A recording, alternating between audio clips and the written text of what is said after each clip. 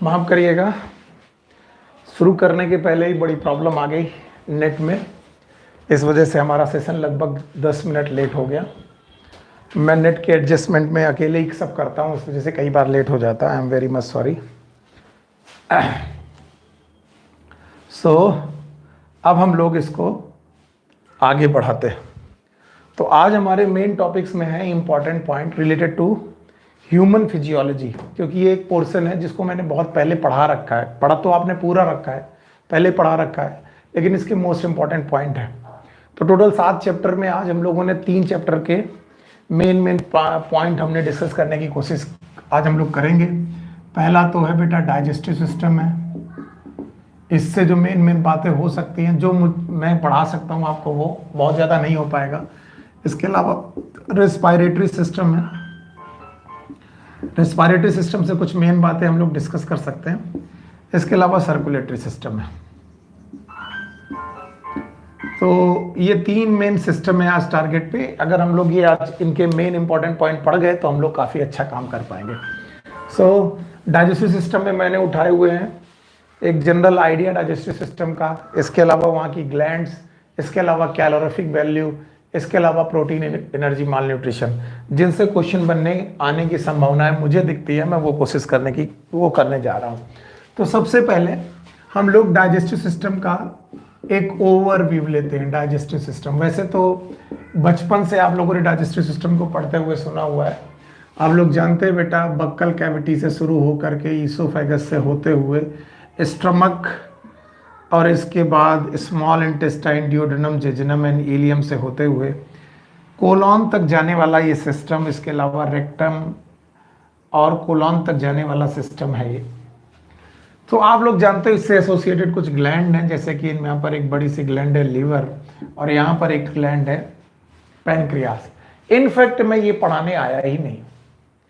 अगर मैं बोलूं कि आप इस पूरे के पूरे सिस्टम को एक ट्यूब की तरह कंसीडर करें, कि आप एक ट्यूब में जर्नी कर रहे हैं, तो उस ट्यूब को, मान लीजिए ये वो ट्यूब है, तो उस ट्यूब के अंदर आपको क्या क्या मिलने वाला है? इस ट्यूब के अंदर आपको मिलने वाला है ल्यूमेन, और ल्यूमेन के अलावा इस ट्यूब की वॉल मिलने वाली है।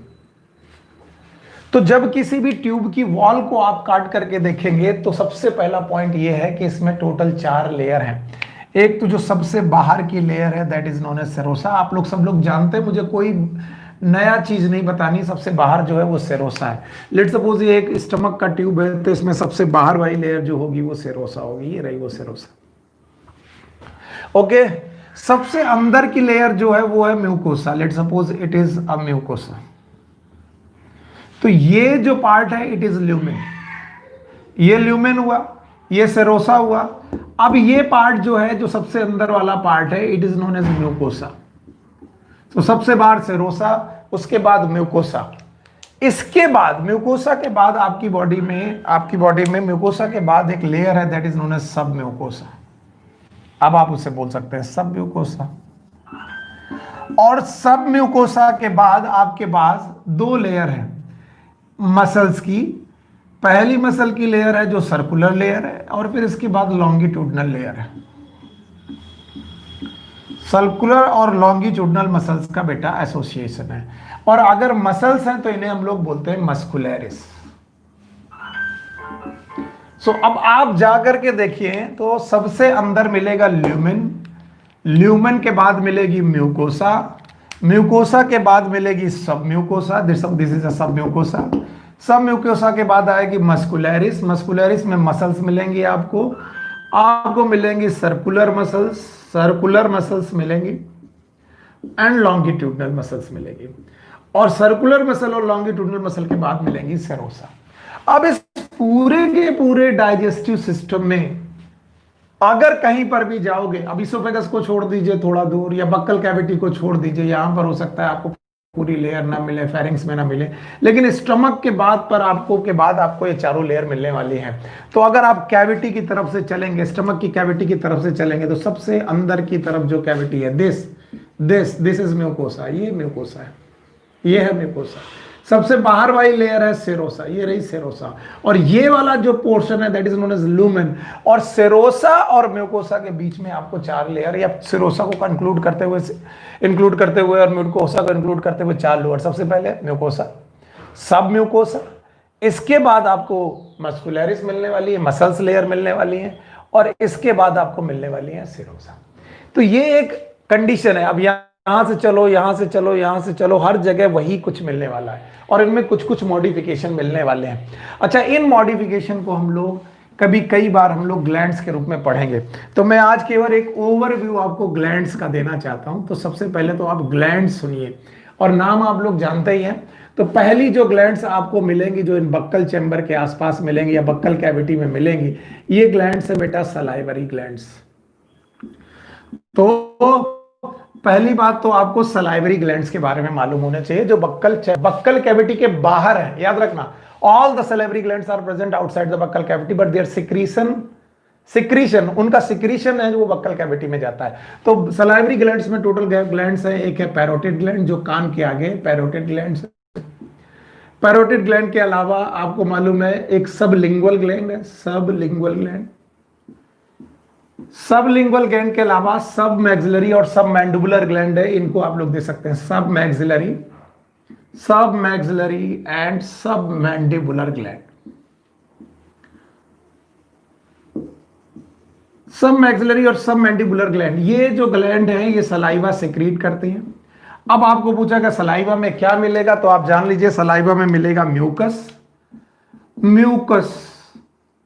और याद रखना इसके अलावा मिलेंगे कुछ एंजाइम और प्लस वाटरी फ्लूइड, कुछ वाटरी फ्लूइड मिलेगा।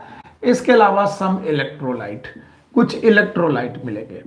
अब यहां पर जो एंजाइम लिया जाएगा उसका नाम आपको याद रखना चाहिए, that is known as ptyalin, या फिर इसी को हम लोग सलाइवरी अमाइलेज बोलते हैं। It is known as salivary amylase.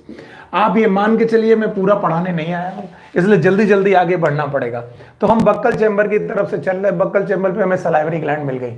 अब हम लोग ईसोफेगस में चलते हैं। There is no digestive gland, यहां पर कोई भी डाइजेस्टिव ग्लैंड नहीं है। मैंने ऐसा नहीं कहा कि देयर इज नो ग्लैंड, यहां पर भी ग्लैंड है। गॉबलेट ग्लैंड है जो म्यूकस ग्लैंड है। इसके अलावा there is no digestive gland, digestion के लिए कोई एंजाइम वाली ग्लैंड नहीं है, आपको याद रखना पड़ेगा। तो बेसिकली मैं आपको यहां पर कुछ ग्लैंड्स के बारे में बताने की कोशिश कर रहा हूं। इसके बाद आपको मिलेगा स्टमक। अब आप यहां से उठाइए स्टमक, जल्दी जल्दी लिखते जाइए स्टमक। और स्टमक में जो ग्लैंड मिलने वाली है इन्हें बोलते हैं हम लोग गैस्ट्रिक ग्लैंड्स। और इन गैस्ट्रिक ग्लैंड्स में पाई जाने वाली कुछ सेल्स हैं जिनके नाम आपको मालूम होने चाहिए। Number 1 is known as mucous neck cell. आपको मालूम है ये क्या सिक्रीट करती हैं, ये म्यूकस सिक्रीट करती हैं। ओके, इसके अलावा आपको मालूम होनी चाहिए पैराइटल सेल के अलावा आपको मालूम होना चाहिए चीफ सेल और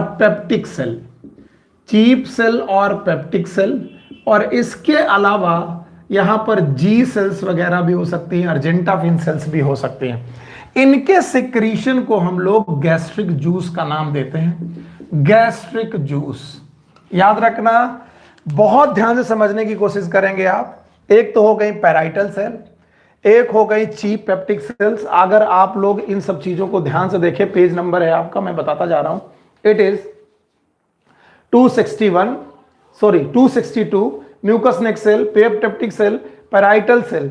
अब ये जो पैराइटल सेल्स हैं, देखिए ये जो पैराइटल सेल्स हैं ये सिक्रीट करेंगी आपके लिए HCl और इंट्रिंसिक फैक्टर। ये क्वेश्चन कई बार पूछा जा चुका है।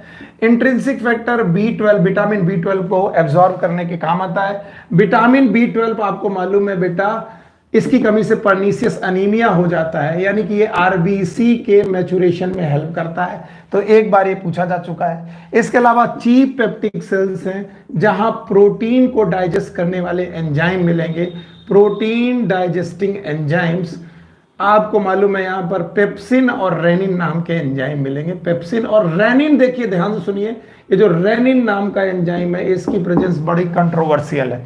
इसके अलावा जी सेल्स है, इसके अलावा म्यूकस नेक सेल है, इनके सिक्रीशन को हम लोग बोलेंगे बेटा गैस्ट्रिक जूस। इसके बाद देखिए, अब आपको एक एक करके मुझे हटाना पड़ेगा।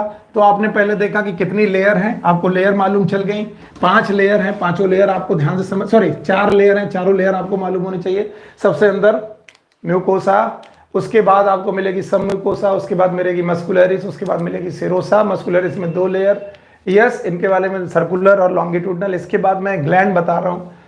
तो सबसे पहले चले हम लोग बक्कल कैविटी में, यहाँ की ग्लैंड हो गई। फिर इसके बाद ईसोफेगस में हम लोगों ने कहा म्यूकस ग्लैंड है। इसके अलावा हम स्टमक में गए। स्टमक में जो ग्लैंड मिल रही हैं हमने उनका नाम रखा बेटा गैस्ट्रिक ग्लैंड। गैस्ट्रिक ग्लैंड की सेल्स के नाम बताए। गैस्ट्रिक ग्लैंड के बाद हमारे पास लीवर है।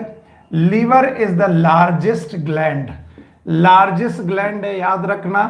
यहां पर there is a no enzyme, यहां पर कोई भी एंजाइम नहीं है। इससे सिक्रीशन जो होता है उसे बोलते हैं बाइल।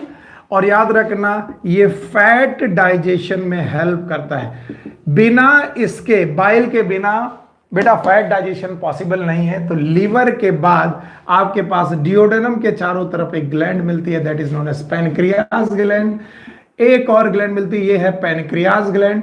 वैसे तो पैनक्रियाज ग्लैंड को हम लोग मिक्स ग्लैंड मानते हैं, पहले भी पढ़ाया जा चुका है। मिक्स ग्लैंड वो होती है जिनमें एंडोक्राइन और एक्सोक्राइन होते हैं, दोनों पार्ट होते हैं। इस ग्लैंड में याद रखना जो जूस मिलेगा it is known as pancreatic juice. याद रखना इसमें ऑलमोस्ट हर चीज को डाइजेस्ट करने वाले एंजाइम पाए जाते हैं। इसके अलावा इंटेस्टाइनल ग्लैंड है, एक बार और सुन लीजिए, ये इंटेस्टाइनल ग्लैंड। और इंटेस्टाइनल ग्लैंड को हम लोग नाम देते हैं क्रिप्स ऑफ लिबरकुन।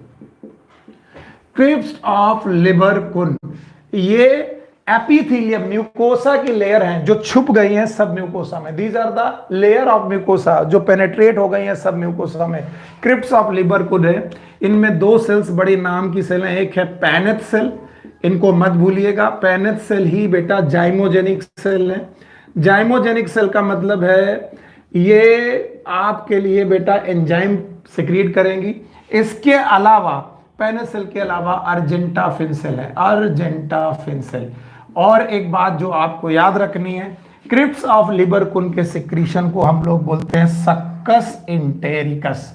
इसे बोलते हैं सक्कस इंटेरिकस और इंटेस्टाइनल फ्लूइड, इंटेस्टाइनल फ्लूइड। देखिए पूरा डिटेल में पढ़ पाना और डाइजेशन पढ़ पाना अभी आज की बस की बात नहीं, क्योंकि मैं आज 3 सिस्टम ले रहा हूं। तो आपको क्या क्या ग्लैंड मिल गई उन ग्लैंड के बारे में आपके सामने मैं लिखता हूं।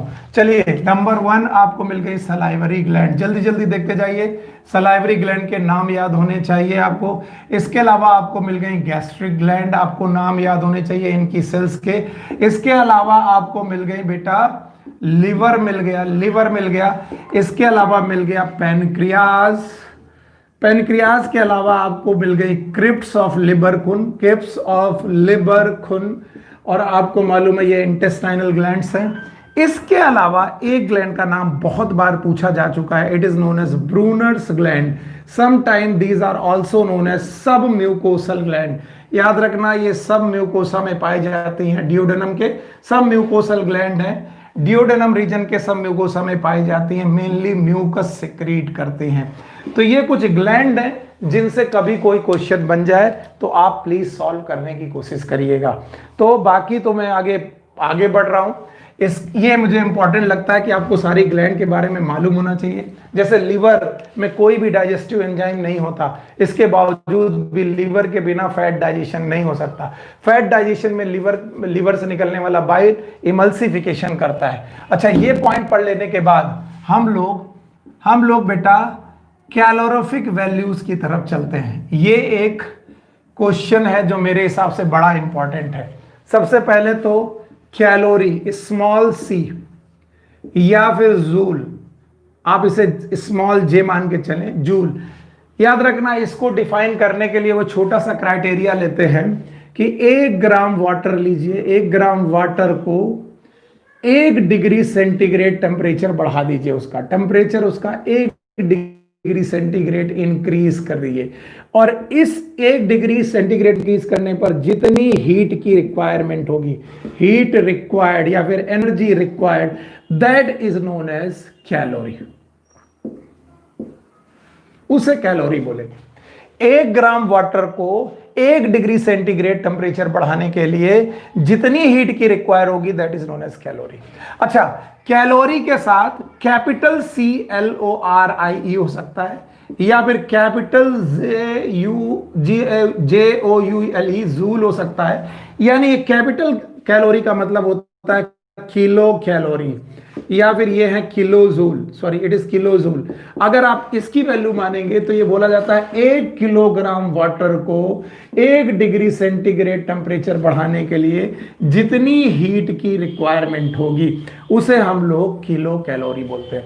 तो सबसे पहले तो कैलोरी के डेफिनेशन के बारे में बुक में दिया गया है कि 1 ग्राम वाटर का 1 डिग्री सेंटीग्रेड में टेम्परेचर बढ़ाने के लिए जितनी हीट की जरूरत पड़ेगी, that is known as calorie. उसके बाद उन्होंने दिया है कि 1 किलोग्राम वाटर को 1 डिग्री सेंटीग्रेड टेम्परेचर बढ़ाने के लिए जितनी भी एनर्जी हीट की जरूरत पड़ेगी, दैट इज किलो कैलोरी। फिर एक बेटा मेटल चैम्बर के बारे में बात करते हैं। There is a metal chamber that is known as bomb calorimeter, bomb calorimeter. और इस बॉम्ब कैलोरीमीटर में ऑक्सीजन की सप्लाई है, बहुत ज्यादा ऑक्सीजन डाल दी जाती है। और इस बॉम्ब कैलोरीमीटर के अंदर हम लोग फूड डालते हैं। क्या डालते हैं? फूड। और इस 1 ग्राम फूड को हम लोग यहां पर बर्न करते हैं इन प्रेजेंस ऑफ ऑक्सीजन। अब फूड में क्या क्या हो सकता है सर जी? फूड में हो सकता है carbohydrate, number 1 is known as carbohydrate, main food बता रहे। Number 2 is known as protein and number 3 is known as fat. ध्यान से देखते जाइए, अगर बॉम्ब कैलोरीमीटर में ऑक्सीजन की प्रेजेंस में हम फूड को यहां पर कंबशन करें तो उस 1 ग्राम फूड को कंबशन करने पर जितनी एनर्जी बेटा रिलीज होगी, जितनी भी एनर्जी रिलीज होगी, that value is known as calorific value. Calorific value है।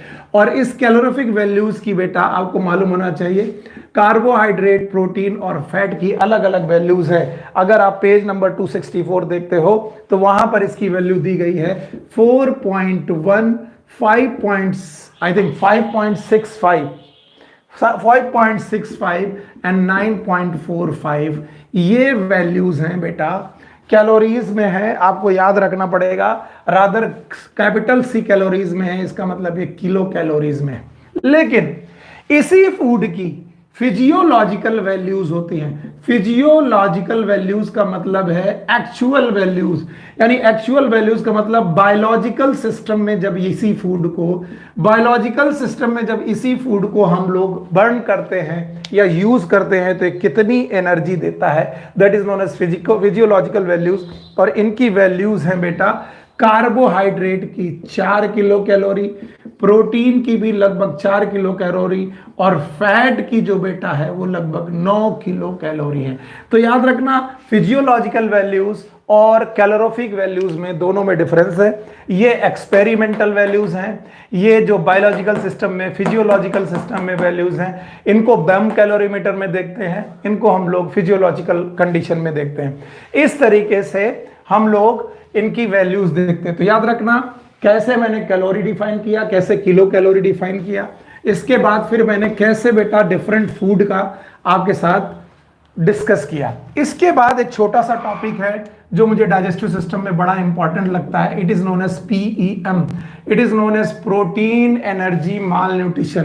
प्रोटीन एनर्जी माल न्यूट्रिशन, ये छोटा सा एक टॉपिक है, that is known as protein energy malnutrition. लेकिन इसको समझाने के पहले मैं आपसे आपके फूड के बारे में बोलता हूं। हिंदुस्तानी फूड में हम लोग देखिए दाल खाते, चावल खाते, चावल के साथ साथ रोटी खाते, इसके अलावा हम लोग सब्जी खाते, इसके अलावा हम लोग घी खाते, ये सब चीजें।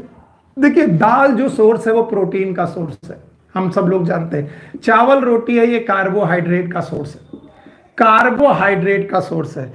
इसमें से घी जो है वो फैट का सोर्स है। सब्जी विटामिन्स और मिनरल्स का सोर्स हो सकती है, विटामिन्स एंड मिनरल्स का सोर्स होती है, याद रखना। लेकिन मेन बेटा हमारे पास 3 फूड है, प्रोटीन, कार्बोहाइड्रेट और फैट। याद रखना, कार्बोहाइड्रेट से मेनली हमको मिलती है एनर्जी। क्या मिलती है? एनर्जी। गरीब से गरीब आदमी कहता है भैया हम दाल रोटी खा लेंगे, दाल रोटी खा लेंगे। इसका मतलब वो दो चीजों के इंतजाम के बारे में बात करता है। दाल मतलब प्रोटीन, रोटी मतलब कार्बोहाइड्रेट। हो सकता है सब्जी ना मिले, हो सकता है उसे घी ना मिले, या हो सकता है उसको और इंपॉर्टेंट चीजें ना मिले, लेकिन मिनिमम दो रिक्वायरमेंट है दाल रोटी, दाल चावल। यानी प्रोटीन और कार्बोहाइड्रेट हमारे लिए बहुत जरूरी है, जिसमें से प्रोटीन दैट इज पी और एनर्जी मतलब कार्बोहाइड्रेट। यानी अगर आपको प्रोटीन भी ना मिले और कार्बोहाइड्रेट भी ना मिले तो आपको मेल न्यूट्रिशन होगा, जिसमें प्रोटीन एनर्जी मेल न्यूट्रिशन होगा। याद रखना, प्रोटीन एनर्जी मेल न्यूट्रिशन की बात जनरली हम लोग इन्फेंट या फिर बेटा चाइल्ड्स में बात करते हैं। चाइल्ड्स में बात करते हैं। ये दो बीमारियां हैं, एक का नाम है क्वाशियोरकर, याद रखिएगा क्वाशियोरकर, और दूसरे का नाम है मैरास्मस। तो एक क्वाशियोरकर है और एक मैरास्मस है। इन दोनों को समझने की कोशिश करना है और इन दोनों को याद करने की जरूरत है। सबसे पहले क्वाशियोरकर, इसमें प्रोटीन का केवल मेल न्यूट्रिशन है, प्रोटीन मेल न्यूट्रिशन है, पर एनर्जी सप्लाई होती रहती है, एनर्जी मिलती रहती है। याद रखना, इसमें क्वाशियोरकर में प्रोटीन का मेल न्यूट्रिशन है, यानी प्रोटीन की कमी है, यानी बच्चे को प्रोटीन नहीं मिल रहा लेकिन एनर्जी मिल रहा है। अच्छा, अब इधर देखिए, यहां पर प्रोटीन की भी कमी है, प्रोटीन का भी मेल न्यूट्रिशन है, मेल न्यूट्रिशन, और एनर्जी का भी मेल न्यूट्रिशन है। इसका मतलब उसे दाल रोटी भी नहीं मिल रही है, दाल रोटी नहीं मिल रही है, इसका मतलब वो भुखमरी से गुजर रहा। दैट्स वाई स्टारवेशन एक शब्द है जो मैरास्मस के लिए यूज किया जाता है। मैरास्मस के लिए जो शब्द यूज किया जाता है वो होता है स्टारवेशन, भुखमरी, कुछ नहीं मिल रहा उसे सही ढंग से, ना उसे दाल ना रोटी, कुछ नहीं मिल पा रहा। इस बंदे को बेटा दाल नहीं मिल पा रही लेकिन रोटी जैसी चीजें मिल पा रही। लेकिन हम जिन बच्चों की बात कर रहे हैं वो साल डेढ़ साल के या साल से भी कम के। तो याद रखना, मैरास्मस जनरली 1 साल से कम के छोटे बच्चों को होता है, 1 साल से कम छोटे बच्चों का होता है, और बेटा क्वाशियोरकर 1 से 1.5 साल के बच्चों के में होता है।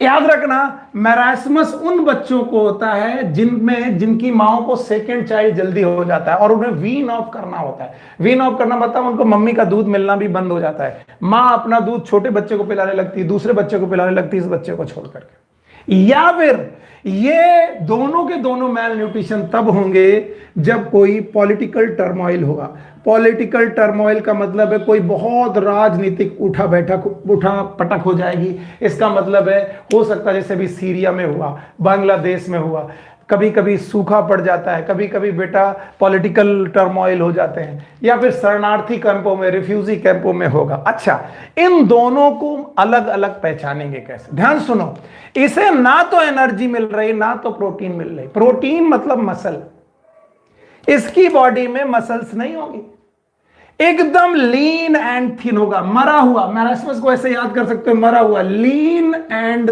थिन। इमैसिएशन, बहुत दुबला पतला होगा। Wasting of muscle, wasting of muscle होगा, इसकी बॉडी में मसल्स तक बेटा वेस्ट हो चुकी होंगी, बेकार हो चुकी होंगी, मसल्स भी खराब हो चुकी होंगी। नो इडेमा, बॉडी में कहीं कोई सूजन नहीं होगी, नो इडेमा, बहुत बुरी हालत में होगा। स्टार, किसी दुबले पतले लड़के बच्चे को देखो जिसकी केवल एक्सरे जैसा दिख रहा हो, वो है मैरास्मस। लेकिन क्वाशियोरकर में चूंकि प्रोटीन का मेल न्यूट्रिशन है, एनर्जी सप्लाई हो रही, एनर्जी सप्लाई होने की वजह से मसल वेस्टिंग में भी प्रेजेंट, मसल वेस्टिंग तो प्रेजेंट है लेकिन लिटिल फैट इनकी बॉडी में पड़ा रहता है, और लिटिल फैट पड़ा रहने की वजह से इनकी बॉडी में इडेमा पाया जाता है, इनकी बॉडी में स्वेलिंग पाई जाती है, जगह जगह पर सूजन पाया जाता है। याद रखना है, इनमें हिपैटोमेगैली मिल सकती है। हिपैटोमेगैली का मतलब इनका लीवर बड़ा हुआ मिल सकता है, इनकी तोंद फुली हुई मिल सकती है। तो क्वाशियोरकर के बच्चे जो 1-1.5 साल के बच्चे, उनकी तोंद फुली होगी, हाथ पैर दुबले होंगे, लेकिन थोड़ा बहुत मसल्स के नीचे फैट प्रेजेंट होगा। लेकिन इस बच्चे को ना फैट मिलेगा ना बेटा इसकी प्रोटीन मिलेगी ना एनर्जी मिलेगी। तो मरासमस ऑलमोस्ट मरा हुआ है, स्टारवेशन वाला लड़का है, 1 साल से कम का है। और क्वासियरकर का जो बेटा केस है वो लगभग 1 से 1.5 साल के बीच का है। तो ये कुछ बातें थी जो मुझे डाइजेस्टिव सिस्टम से आपके साथ करनी थी। तो ये प्रोटीन एनर्जी मैलन्यूट्रिशन का छोटा सा टॉपिक था जो मुझे लगता है कि आपको मालूम होना चाहिए। इसके बाद आपको पढ़ना है ब्रीदिंग। ब्रीदिंग में बहुत सारी बातें पढ़ाने के लिए नहीं आया हूं, मैं जानता हूं ब्रीदिंग सिस्टम के बारे में आप मुझसे ज्यादा अच्छी तरीके से जानते हैं। आपको मालूम है आपके सामने यहां पर एक स्ट्रक्चर बनाने जा रहा हूं, that is known as trachea. Trachea के बाद आपके सामने यहां पर है प्राइमरी ब्रोंकाई। तो आप लोग जानते हैं ट्रैकिया, ट्रैकिया के बाद यहां पर है प्राइमरी ब्रोंकाई। प्राइमरी ब्रोंकाई के अंदर लंग पैरेन्काइमा है। अब वो लंग पैरेन्काइमा में क्या क्या मिलेगा उसका एक सीक्वेंस है, अगर वो आप लोग समझते हो तो याद रखना। इसके ऊपर मिलेगी लैरिंग्स, ट्रैकिया के ऊपर मिलेगी लैरिंग्स, लैरिंग्स के ऊपर मिलेगा फेरिंग्स, आई एम सॉरी, और फेरिंग्स के ऊपर के पहले मिलेगा नेजल कैविटी, और नेजल कैविटी के बाहर मिलेंगे एक्सटर्नल नेयर्स। डायग्राम भले ना बने लेकिन मैं आप यहां से देख सकते हैं एक्सटर्नल नेयर से नेजल कैविटी, नेजल कैविटी से आप गए नेजोफेरिंग्स अंदर, नेजोफेरिंग्स से गए लैरिंग्स, लैरिंग्स से गए ट्रैकिया, ट्रैकिया से गए प्राइमरी ब्रोंकाई। आगे मैं लिख रहा हूं प्राइमरी ब्रोंकाई से गए आप सेकेंडरी ब्रोंकाई, मैं लिख दे रहा हूं सेकेंडरी ब्रोंकाई से आप गए टर्सरी ब्रोंकाई, टर्सरी ब्रोंकाई से आप गए ब्रोंक्यूल्स, याद रखना ब्रोंक्यूल्स, ब्रोंक्यूल से गए आप लोग टर्मिनल ब्रोंक्यूल्स, टर्मिनल ब्रोंक्यूल्स। अब ये स्ट्रक्चर बोर्ड में बना पाना पॉसिबल है। टर्मिनल ब्रोंक्यूल से गए आप रेस्पिरेटरी ब्रोंक्यूल, रेस्पिरेटरी ब्रोंक्यूल्स, और रेस्पिरेटरी ब्रोंक्यूल से आप गए एल्वियोलर डक्ट, रेस्पिरेटरी ब्रोंक्यूल के बाद आप गए एल्वियोलर डक्ट, एल्वियोलर डक्ट के बाद आप गए एट्रिया, एट्रिया के बाद गए एल्वियोलर सैक, और एल्वियोलर सैक के बाद आप गए एल्वियोलाई। अगर आप ये सीक्वेंस सीख लेते हैं तो आपको आना चाहिए, देखो आना चाहिए। मैं आपके सामने चल रहा हूं external layer, external layer, external layer के बाद nasal cavity, nasal cavity, nasal cavity के बाद नेसोफेरिंग्स, नेसोफेरिंग्स के बाद लैरिंग्स, लैरिंग के बाद ट्रैकिया, ट्रैकिया के बाद प्राइमरी ब्रोंकाई, प्राइमरी ब्रोंकाई के बाद सेकेंडरी ब्रोंकाई, सेकेंडरी के बाद tertiary bronchi, tertiary bronchiole, tertiary bronchi के बाद bronchiole, terminal bronchiole, respiratory bronchiole, alveolar bronchiole, atria, sorry alveolar duct, atria, alveolar sac, alveoli. Finally आपको एक पाउच शेप स्ट्रक्चर दिखाई पड़ेगा, and this pouch shape structure it is nothing but it is alveoli. तो इस तरीके से आपको alveoli तक पहुंचना है। सबसे बड़ी चीज यह है कि सर ये हो क्या रहा है, हो ये रहा है कि आपका एक्सटर्नल लेयर जो है वो एनवायरनमेंट पे खुला हुआ है, एनवायरनमेंट, और इस एनवायरनमेंट में नाइट्रोजन है 78% और ऑक्सीजन है 21%। तो इसका मतलब ये गैसेस का मिक्सचर, ऑक्सीजन नाइट्रोजन की गैसेस का मिक्सचर होते होते होते होते होते होते होते होते आपकी एल्वियोलाई तक पहुंच रहा है।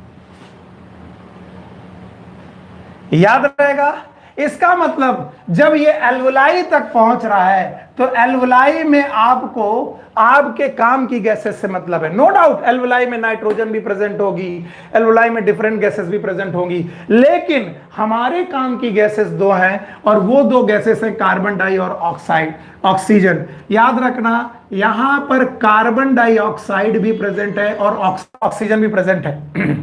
याद रखना कार्बन डाइऑक्साइड और मिक्सचर ऑफ गैसेस प्रेजेंट है, बहुत सारी गैसेस प्रेजेंट है, मिक्सचर ऑफ गैसेस प्रेजेंट है, और इन मिक्सचर ऑफ गैसेस में हर गैस का अपना प्रेशर है, और हर गैस के अपने प्रेशर का नाम होता है पार्शियल प्रेशर।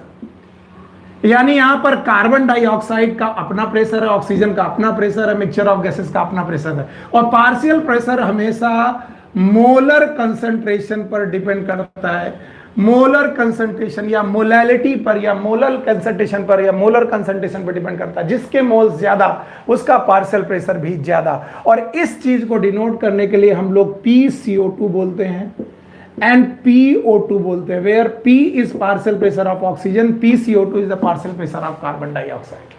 तो आप यहां तक कैसे पहुंचे वो आपको मालूम होना चाहिए। बाकी हम लोग बोहर इफेक्ट और बाकी चीजें हम लोग पढ़ेंगे। तो सबसे पहले एनवायरनमेंट, एनवायरनमेंट के बाद external layer, nasal cavity, pharynx that is nasopharynx, इसके बाद लैरिंग्स, लैरिंग्स के बाद primary bronchi, secondary bronchi, tertiary bronchi, इसके बाद bronchiole, terminal bronchiole, respiratory bronchiole, इसके बाद alveolar duct, atria, alveolar sac, alveoli, alveoli तक जो भी आपने सांस ली वो वहां तक पहुंची। और वहां पर बेटा मेनली आपके पास कंसंट्रेशन ऑफ कार्बन डाइऑक्साइड और ऑक्सीजन है, और वो कार्बन डाइऑक्साइड और ऑक्सीजन की तरफ ही क्यों आप ध्यान दे रहे हैं, उसका कारण है यहां।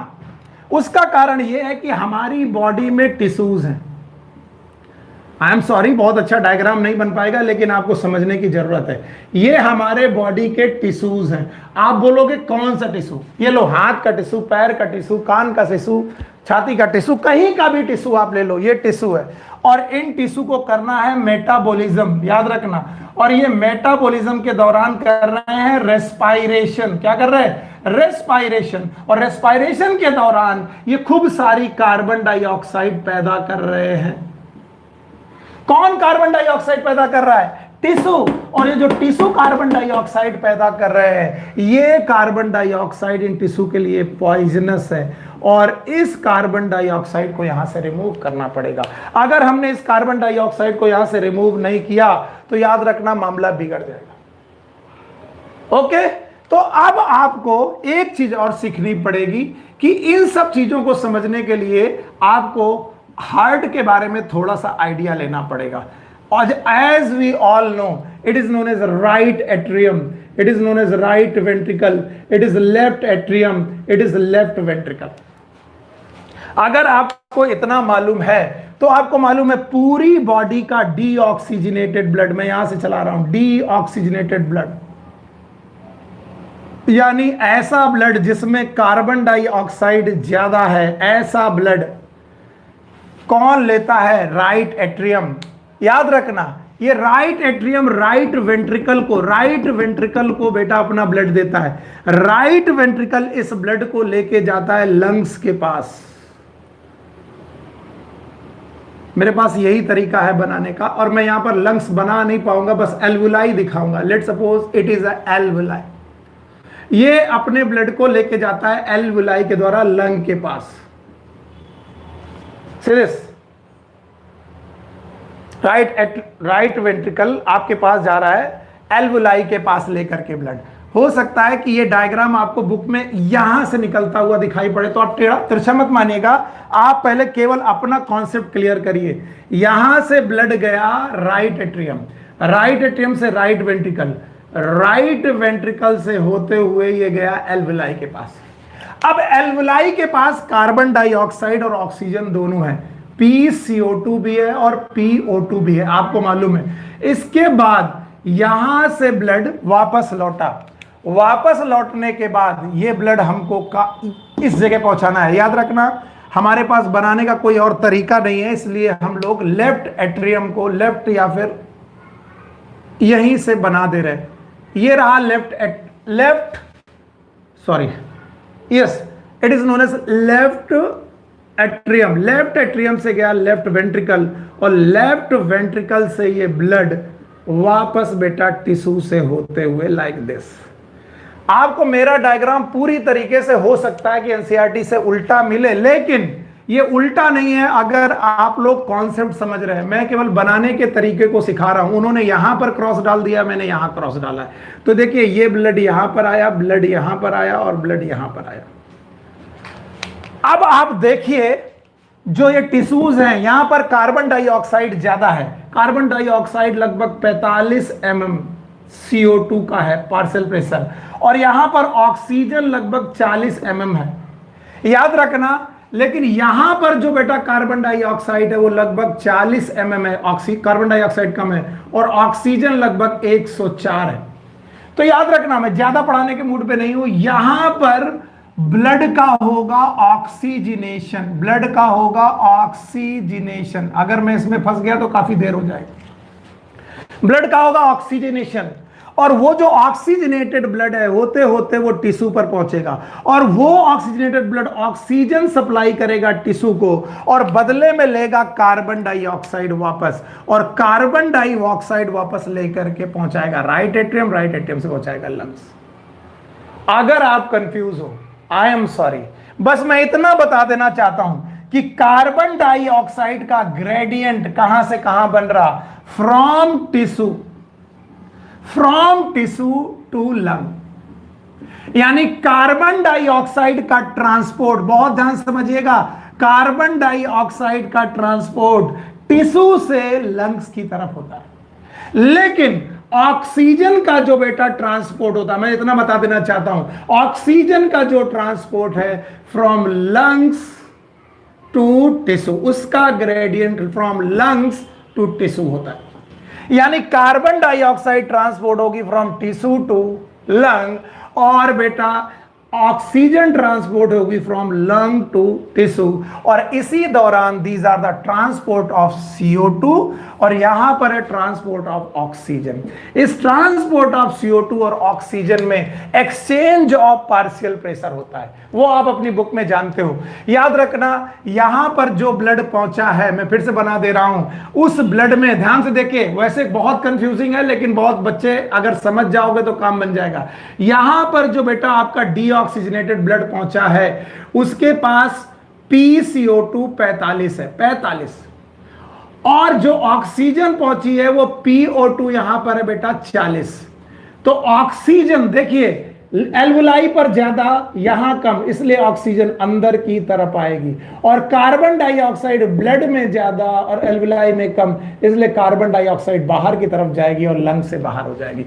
ऑक्सीजन अंदर आएगी, कार्बन डाइऑक्साइड बाहर आ जाएगी। और याद करना, it is a exchange of gases at tissue level. ठीक इसी तरीके से exchange of gases, sorry, it is exchange of gases at alveoli level, it is the exchange of gases at the tissue level. इसका मतलब exchange of gases दो जगह होता है, एल्वुलाई और ब्लड के बीच में, और दूसरा एक्सचेंज ऑफ गैसेस होता है ब्लड और टिश्यू के बीच में। किसके बीच में? ब्लड और टिश्यू के बीच में। यहां पर एक्सचेंज हुआ, यहां पर एक्सचेंज हुआ, और ग्रेडियंट क्या बनेगा? CO2 टिश्यू से जाएगी लंग की तरफ, और ऑक्सीजन लंग से आएगी टिश्यू की तरफ। इसका मतलब यहां से भी ट्रांसपोर्ट होगा, यहां से भी ट्रांसपोर्ट होगा। तो रेस्पिरेशन के मेन 4 स्टेप है: exchange at alveoli, exchange at alveoli, exchange at tissue, transport of carbon dioxide, transport of oxygen.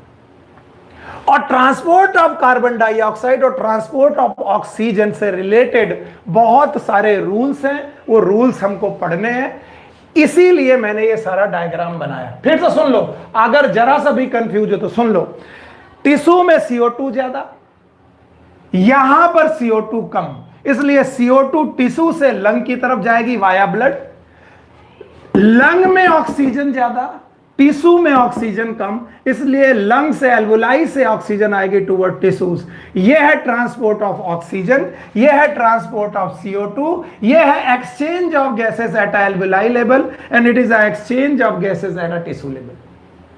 और ज्यादा कुछ पढ़ाने के मूड में हूं भी नहीं मैं। याद रखना, जिस समय पर एक्सचेंज ऑफ गैसेस चल रहा है, मैं आपको दिखा दूं एक बार और, क्योंकि आप अगर कंफ्यूज हो गए तो पढ़ाने का कोई मतलब नहीं। मान लीजिए ये एल्वुलाई है, ये रही वो एल्वुलाई, और एल्वुलाई के बगल में ये रही कैपिलरी। आप एल्वुलाई लेवल पर PCO2 देख रहे हो, ये रही PCO2, और आपको पता चला PCO2 40 mmHg है। आप PO2 देख रहे हो और वो है लगभग 104 mm ऑफ Hg। 104 mm आप समझ लीजिएगा।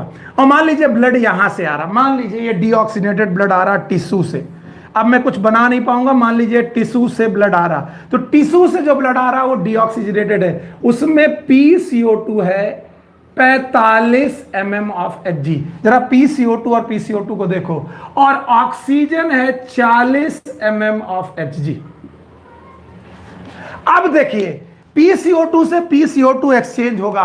देखिए PCO2 ब्लड में ज्यादा, यहां पर ब्लड भरा हुआ, याद रखना this is a capillary blood वाली, तो PCO2 जाएगी टुवर्ड्स लंग्स, यानी कार्बन डाइऑक्साइड जाएगी टुवर्ड्स लंग, और ऑक्सीजन आएगी टुवर्ड्स ब्लड, और जिस समय यहां पर से ब्लड निकल रहा होगा उस समय इस ब्लड को हम लोग बोलेंगे ऑक्सीजनेटेड ब्लड, इसे हम बोलेंगे ऑक्सीजनेटेड ब्लड। और जिस समय ब्लड यहां घुस रहा होगा it is known as deoxygenated blood. तो हमारे पास ऐसा ब्लड जिसमें कार्बन डाइऑक्साइड ज्यादा है इसे बोलते हैं डीऑक्सीजनेटेड ब्लड, और ऐसा ब्लड जिसमें ऑक्सीजन ज्यादा है it is known as oxygenated blood. अगर मैं ऑक्सीजनेटेड ब्लड देखूं तो उनमें ये पार्शियल प्रेशर एक्सचेंज हो चुके होंगे, यानी अब इस ब्लड में जो ऑक्सीजनेटेड ब्लड है उसमें PO2 लगभग 100 mmHg होगा। 104 था बाहर, थोड़ा एक्सचेंज होने में दिक्कत हुआ, लगभग 100 होगा, 97 के आसपास होता है। और जो PCO2 होगा वो एक्सचेंज हो जाएगा, लगभग 40 mm ऑफ Hg होगा। इसका मतलब ये है वो ब्लड जो बेटा लंग्स की तरफ आ रहा है उसमें ऑक्सीजन ज्यादा है और कार्बन डाइऑक्साइड कम है। अब आप मुझसे पूछेंगे कि ये जो ऑक्सीजन ट्रांसपोर्ट हो रही, भूले नहीं हो तो, transport of oxygen towards tissue है, वो कैसे ट्रांसपोर्ट हो रही है? तो ऑक्सीजन ट्रांसपोर्ट हो रही है हीमोग्लोबिन के साथ, और एक कॉम्प्लेक्स बन रहा है that is known as oxyhaemoglobin. Oxyhaemoglobin बन रहा, ऑक्सीजन ट्रांसपोर्ट हो रही टिश्यू की तरफ ऑक्सी हीमोग्लोबिन के रूप में। इसके अलावा कुछ डिसॉल्व ऑक्सीजन है, कुछ डिसॉल्व ऑक्सीजन भी बेटा ट्रांसपोर्ट हो रही। ये ऑक्सीजन जाएगी टिश्यू पर, टिश्यू से CO2 उठाएगी और CO2 को ट्रांसपोर्ट करेगी टुवर्ड्स लंग्स। और CO2 का ट्रांसपोर्ट 3 फॉर्म में है, बाइकार्बोनेट के फॉर्म में, डिसॉल्व फॉर्म में और हीमोग्लोबिन के फॉर्म में। ट्रांसपोर्ट ऑफ ऑक्सीजन के दौरान, आई एम वेरी मच सॉरी, हो सकता है लेंदी हो जाए, ट्रांसपोर्ट ऑफ ऑक्सीजन के दौरान आपको एक ग्राफ का सहारा लेना पड़ेगा।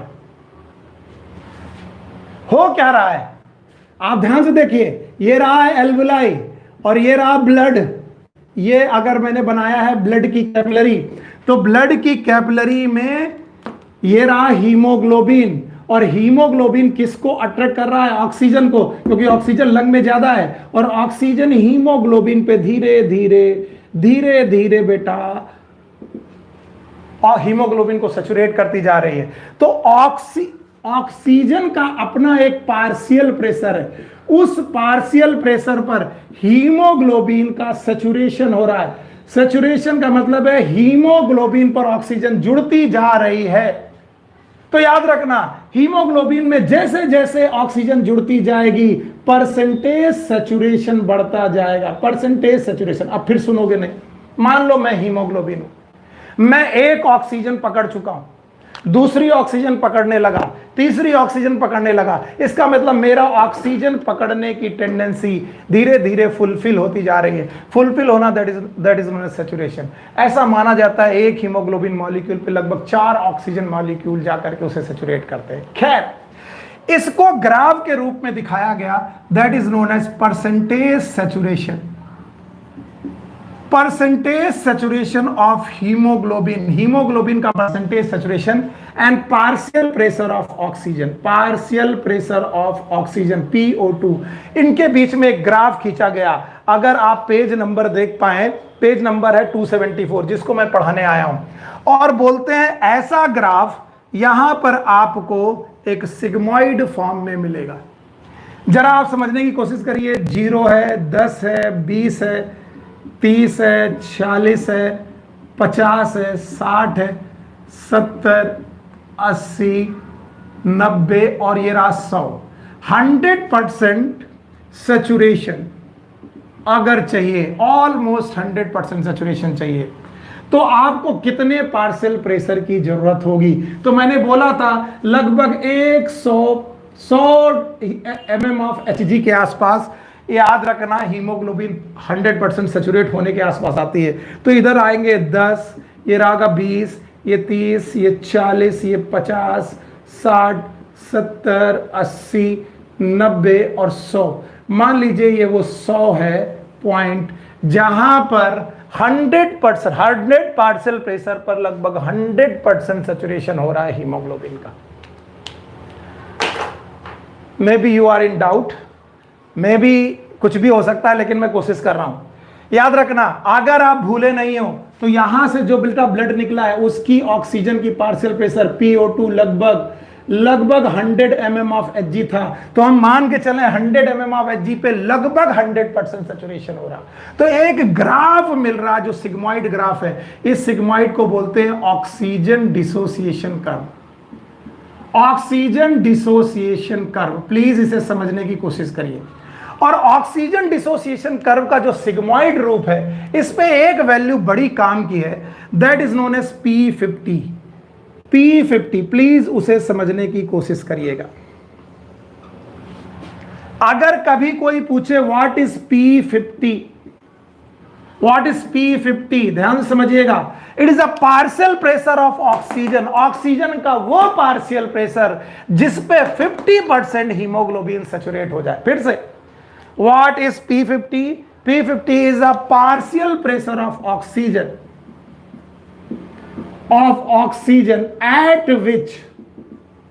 at which hemoglobin is 50% saturated।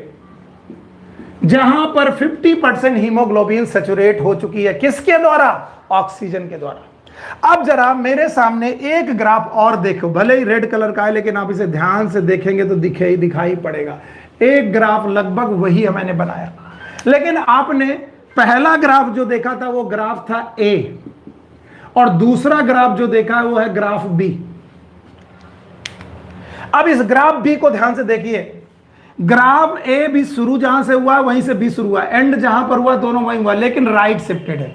Right shifted होने पर हुआ क्या कि जब तुम इसका P50 निकालने गए, ये रहा P50, तो P50 ये रहा B ग्राफ का, ये रहा A ग्राफ का P50 और ये रहा B ग्राफ का P50। P50 B ग्राफ का ज्यादा मिला। मान लो P50 यहां पर 30 है और दूसरे ग्राफ में 40 है, 40 रहा, इसका मतलब राइट साइड जाने पर P50 बढ़ रहा है, राइट साइड जाने पर P50 बढ़ रहा। What is P50? Once more, एक बार बताइए, what is P50? The partial pressure of oxygen eight which haemoglobin is 50% saturated. अब मैं ए ग्राफ में बोल सकता हूं कि 30 mm ऑफ Hg हो, अगर थोड़ी भी ऑक्सीजन 30 mm ऑफ Hg हो, तब भी ये 50% अपने आप को सैचुरेट कर लेगा। ये ग्राफ ए है। लेकिन दूसरे ग्राफ में 40 mm ऑफ Hg पर ये 50% सैचुरेट करेगा। यानी दो लोग हैं, दोनों लोग 50% सैचुरेटेड है, दोनों लोग आधे छके हुए हैं, लेकिन एक ने तब बेटा ये लिया जब वहां पर 40 पूड़ियां थी तो आधा भरा, और एक ने 30 पूड़ियों में ही अपने आप को आधा भर लिया। मान लीजिए आपको भूख लगी है, मुझे भूख लगी है, और आपके सामने एक लड़का और है, उसको भी भूख लगी, दोनों बराबर खाते हैं, दोनों लोग बराबर खाते हैं, मैं भी हीमोग्लोबिन वो भी हीमोग्लोबिन। लेकिन इसने देखा 30 पूड़ियों में ही सब पे आधा पेट भर लिया, मुझे 40 पूड़ियां मिल ली तब भी मैं आधा पेट भरा, ऑल्दो मैं और खा सकता था लेकिन मैंने नहीं खा। इसका मतलब P50 अगर बढ़ा तो बेटा ऑक्सीजन के लिए एफिनिटी कम होगी। अगर आपको नहीं समझ में आ रहा तो आप ऐसे लर्न कर लीजिए, P50 is inversely proportional to affinity towards oxygen. अगर ग्राफ राइट शिफ्ट कर रहा है तो ऑक्सीजन के लिए एफिनिटी कम हो रही है, यानी ऑक्सीजन पकड़ने की क्षमता कम हो रही है। अगर ऑक्सीजन को पकड़ने की क्षमता कम हो रही है, ऑक्सीजन को छोड़ने की क्षमता ज्यादा हो रही है। याद रखना, इसी इफेक्ट को हम लोग बोलते हैं बोहर्स इफेक्ट। अब ध्यान सुनना, बोलते हैं अगर ऑक्सीजन कम हो जाए इन्वायरमेंट में, कार्बन डाइऑक्साइड ज्यादा हो जाए, टेम्परेचर ज्यादा हो जाए, या फिर H+ आयन कंसंट्रेशन ज्यादा हो जाए। फिर से देखो, ऑक्सीजन कम हो जाए, कार्बन डाइऑक्साइड ज्यादा हो जाए, टेम्परेचर ज्यादा हो जाए, H+ आयन कंसंट्रेशन ज्यादा हो जाए, तो ग्राफ राइट शिफ्ट कर जाता है, ग्राफ शिफ्टेड टूवर्ड्स राइट।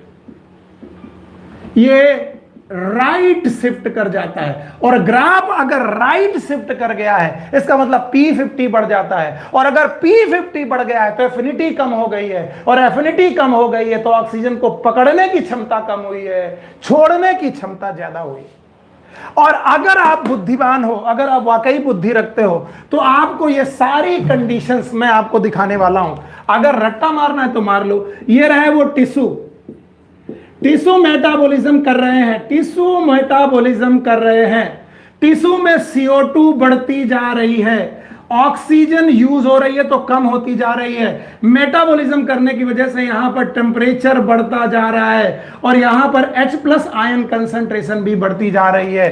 तो अगर ब्लड टिश्यू तक पहुंचा, अगर ब्लड टिश्यू तक पहुंचा, इस हीमोग्लोबिन के पास ऑक्सीजन हुई, तो हीमोग्लोबिन के पास जैसे ही ऑक्सीजन हुई तो ऑक्सीजन ने बाहर क्या देखा? CO2 बढ़ रहा है, टेम्परेचर बढ़ा है, H+ आयन बढ़े हैं, ऑक्सीजन कम है। इसका मतलब हीमोग्लोबिन अपने ग्राफ को राइट शिफ्ट करेगी, राइट शिफ्ट करेगी। इसका मतलब एफिनिटी कम करेगी, एफिनिटी कम करेगी। इसका मतलब ऑक्सीजन छोड़ने की क्षमता ज्यादा रखेगी और ऑक्सीजन धीरे धीरे छूटने लगेगा और छूट कर टिश्यू की तरफ जाने लगेगा। और ऑक्सीजन अगर टिश्यू की तरफ जाने लगेगा तो हम लोग कहेंगे सर बोहर्स इफेक्ट हो रहा है। क्यों? क्योंकि बोहर साहब ने कहा है जहां जहां पर ऑक्सीजन कम होगी, कार्बन डाइऑक्साइड ज्यादा होगी, टेम्परेचर ज्यादा होगा, H+ आयन ज्यादा होगा, वहां वहां पर ग्राफ राइट शिफ्ट हो जाएगा। और अगर ये ग्राफ राइट शिफ्ट हो गया तो ऑक्सीजन एफिनिटी कम रखेगी। अगर ऑक्सीजन की एफिनिटी कम रहेगी तो ऑक्सीजन की पकड़ने की क्षमता कम होगी, छोड़ने की क्षमता ज्यादा होगी। और अगर ऑक्सीजन को छोड़ने की क्षमता ज्यादा होगी तो ऑक्सीजन धीरे धीरे टिश्यू की तरफ जाने लगेगा। And that effect is known as Bohr's effect.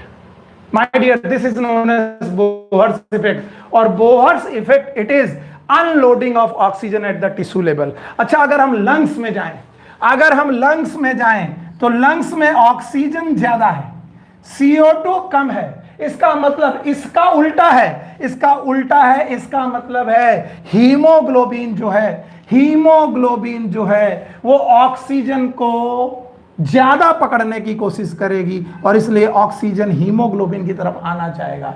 इसलिए ऑक्सीजन हीमोग्लोबिन की तरफ आएगा लंग्स में और ऑक्सीजन टिश्यू की तरफ जाएगा टिश्यू में। इसका मतलब है बेटा टिश्यू की तरफ जाने लगेगा हीमोग्लोबिन को छोड़कर। This effect is known as Bohr's effect. कई बार लोग मुझसे पूछते हैं कि सर बोहर इफेक्ट क्या है, इस वजह से मैंने ये ग्राफ पढ़ाया। बोहर्स इफेक्ट पढ़ा देने के बाद आपके पास कुछ वॉल्यूम और कुछ गैस बेटा कैपेसिटीज हैं, उनको भी मैं देख लेता हूं। आप अगर उसको देखना चाहते हैं मेरे साथ तो देख लीजिए। पहला पॉइंट याद रखिए आपके सामने, एक है टाइडल वॉल्यूम, लगभग 500 ml है। Normal quiet breathing,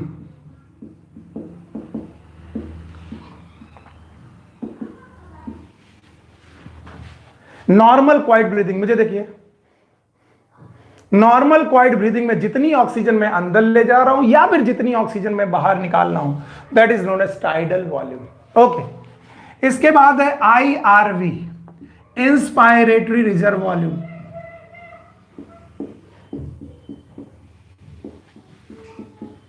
what is inspiratory reserve volume? Tidal volume के बाद, देखिए मैंने टाइडल वॉल्यूम ले लिया, इसके बाद भी और ऑक्सीजन ले सकता हूं मैं, that is known as inspiratory reserve volume. फिर से सुनिए, टाइडल वॉल्यूम तो गया, उसके बाद में और कितना ले सकता हूं, that is inspiratory reserve volume. It is a extra volume of air that can B inhaled after tidal volume. तो टाइडल वॉल्यूम के बाद में और कितनी एयर अंदर लेके जा सकता हूं, that is known as inspiratory reserve volume. लगभग 2500 ml से 3000 ml तक, 3 लीटर तक ये एयर है जो मैं इंस्पायरेटरी रिजर्व वॉल्यूम ले सकता हूं। अब ध्यान सुनिए, नॉर्मल इंस्पायरेशन, नॉर्मल एक्सपायरेशन, फिर से नॉर्मल करो चीजें, normal inspiration, normal expiration, normal inspiration, normal expiration. Normal expiration के बाद और कितनी एयर मैं बाहर निकाल सकता हूं, that is known as ERV, expiratory reserve volume. Expiratory reserve volume, ये सब नॉर्मल क्वाइट ब्रीदिंग के बाद की बात हो रही है. It is a extra volume of air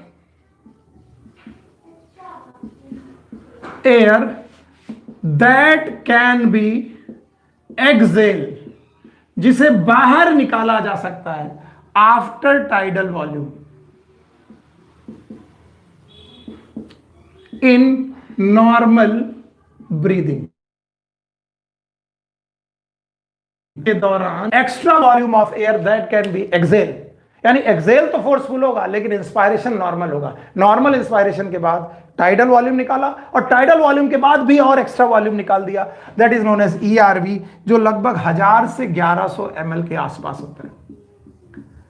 और याद रखना एक है RV, that is known as residual volume. ये वॉल्यूम ऑफ एयर कभी लंग से बाहर आएगी ही नहीं. मैं कितना भी बाहर एयर निकाल दूं, कितना भी, लेकिन लंग्स में कुछ ना कुछ एयर बची रहेगी. Yes, air remained in lungs after forceful expiration. Forceful expiration के बाद, पूरी तरीके से एयर बाहर निकाल देने के बाद भी कुछ ना कुछ एयर बेटा लंग्स में बची रह जाएगी. That is known as residual volume, जो लगभग 1100 ml से लेकर के 1200 ml है.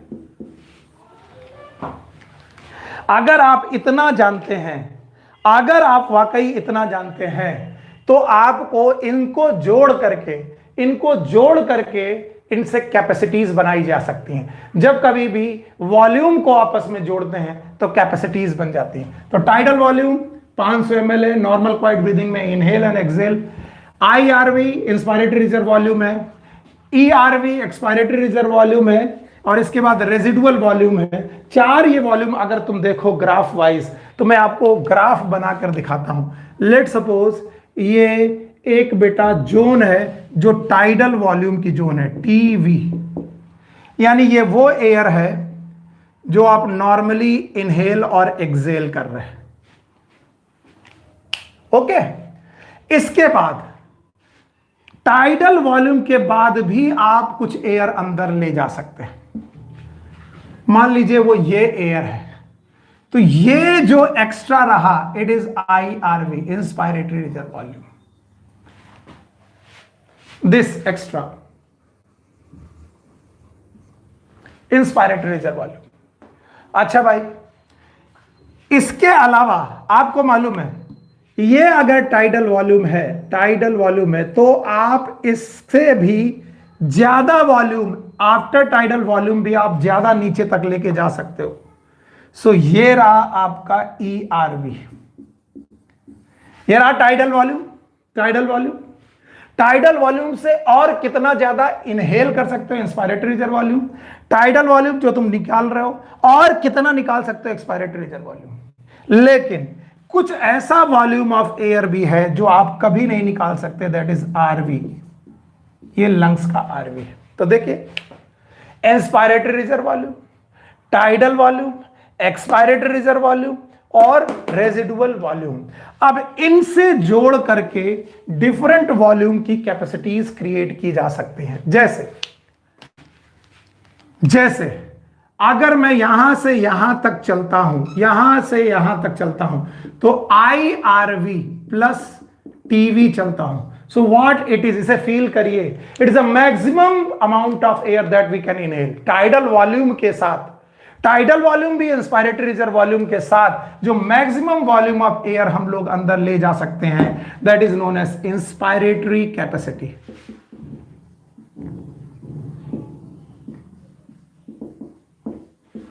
और अगर आप इसे देखना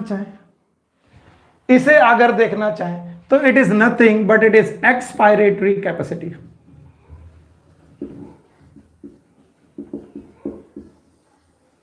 यह है एक्सपायरेटरी कैपेसिटी, यानी नॉर्मल क्वाइट ब्रीदिंग में मैक्सिमम कितनी एयर निकाल सकते हो. क्या क्या निकाल सकते हो आप सोचो. आप टाइडल वॉल्यूम निकाल सकते हो, एक्सपायरेटरी रिजर्व वॉल्यूम निकाल सकते हो. This is known as expiratory capacity. And now अगर मैं यहां से यहां तक चलूं, प्लीज ध्यान से देखिए, तो क्या क्या लिया मैंने, ERV लिया, इंस्पायरेटरी सॉरी IRV लिया, inspiratory reserve volume, tidal volume लिया, एक्सपायरेटरी रिजर्व वॉल्यूम लिया।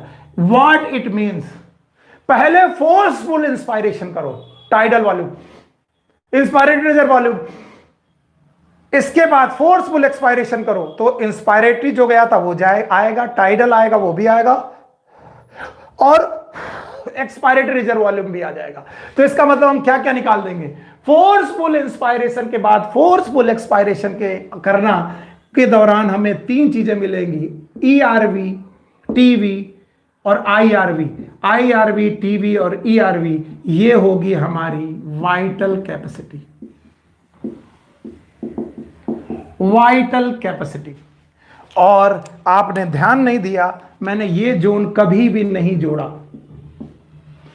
अब इस जोन को जो जनरली नॉर्मल क्वाइट ब्रीदिंग में नहीं निकलता, नॉर्मल क्वाइट ब्रीदिंग में केवल टाइडल वॉल्यूम निकलता है, तो यहां से यहां तक आइए आप, यहां से यहां तक, it is known as functional residual capacity.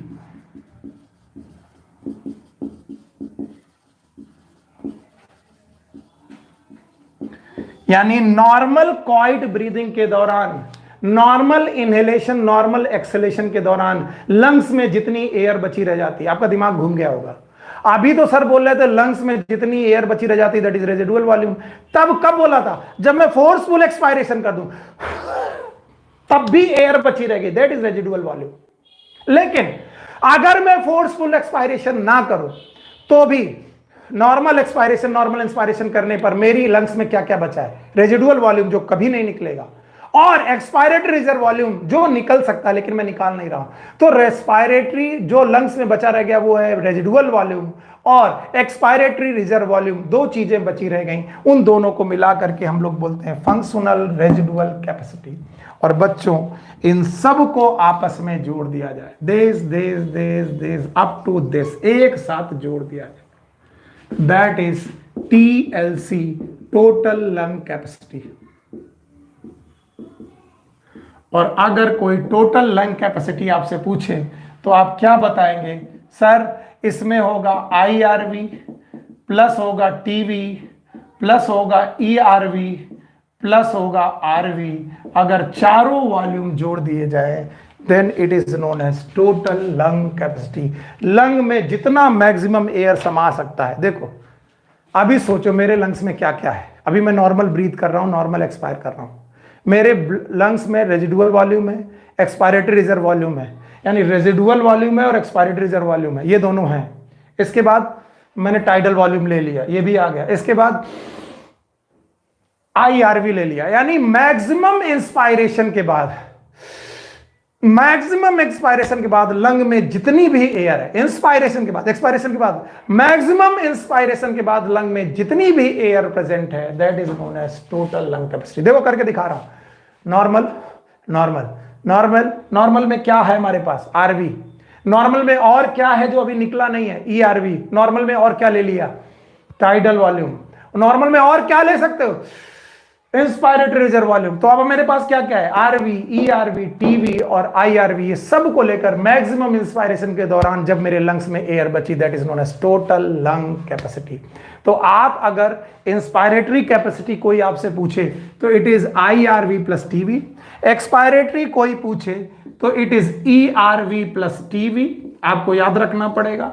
अगर फंक्शनल रेजिडुअल कैपेसिटी कोई पूछे then it is ERV plus RV, अब बाकी लोग रटना चाहे तो रट ले।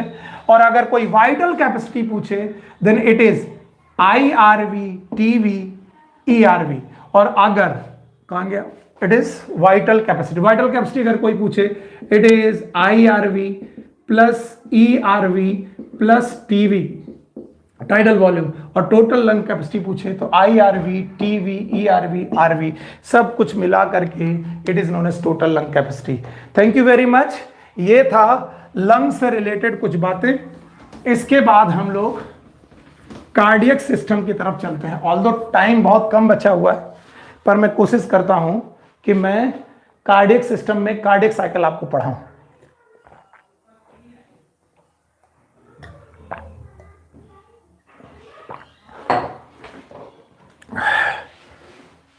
जो जो कुछ आप लोग हार्ट में जानते हैं वो मुझे बता दीजिए। वैसे आप बहुत जानते हैं, जितना कुछ भी आप जानते हैं वो मुझे बता दीजिए। आपको मालूम है it is right atrium, it is right ventricle, it is left atrium, it is left ventricle. ऊपर वाले दोनों रिसीविंग चैम्बर हैं, दोनों एट्रियम और रिसीविंग चैम्बर। यहां रही सुपीरियर वेना केवा, यहां रही इंफीरियर वेना केवा। तो ये ब्लड रिसीव कर रही हैं, superior vena cava, inferior vena cava. ये लंग्स, सॉरी, ये पूरा ब्लड रिसीव कर रही हैं बॉडी से। यहां पर रही आपको पल्मोनरी आर्टरीज,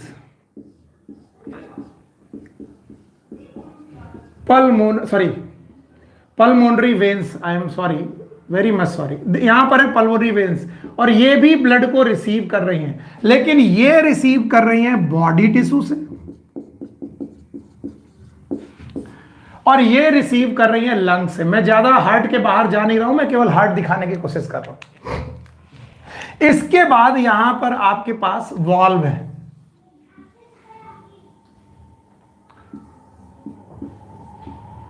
दैट वॉल्व है, इन्हें बोलते हैं एट्रियोवेंट्रिकुलर वॉल्व।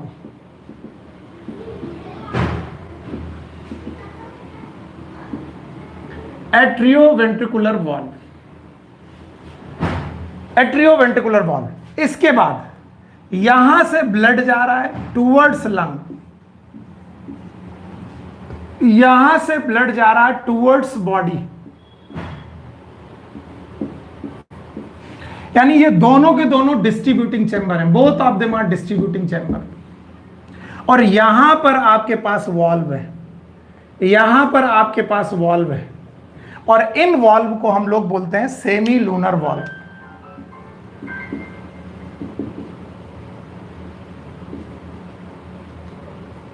ये रहा सेमी लूनर वॉल्व।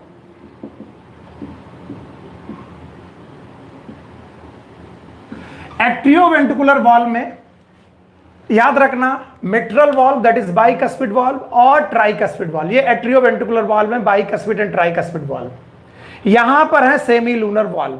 याद रखना ये ब्लड को इधर से इधर की तरफ तो ला सकते हैं, वापस नहीं ले जा सकते, और ये ब्लड को इधर से इधर ले जा सकते हैं, वापस नहीं ले जा सकते।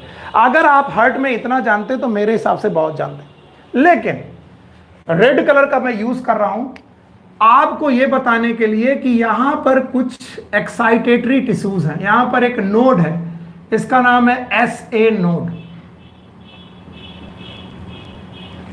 ठीक इसी तरीके से यहां पर भी एक नोड है, that is known as AV node. याद रखना ये नर्व नहीं है, SA नोड भी मसल है, AV नोड भी मसल है, लेकिन इन मसल की मेन काम हो गया एक्साइटेशन, ये इंपल्स पैदा करती है। तो याद रखना SA node, AV node, SA node से AV नोड के बीच में इंटरनोडल फाइबर है, दो नोड के बीच में फाइबर है, इंटरनोडल फाइबर।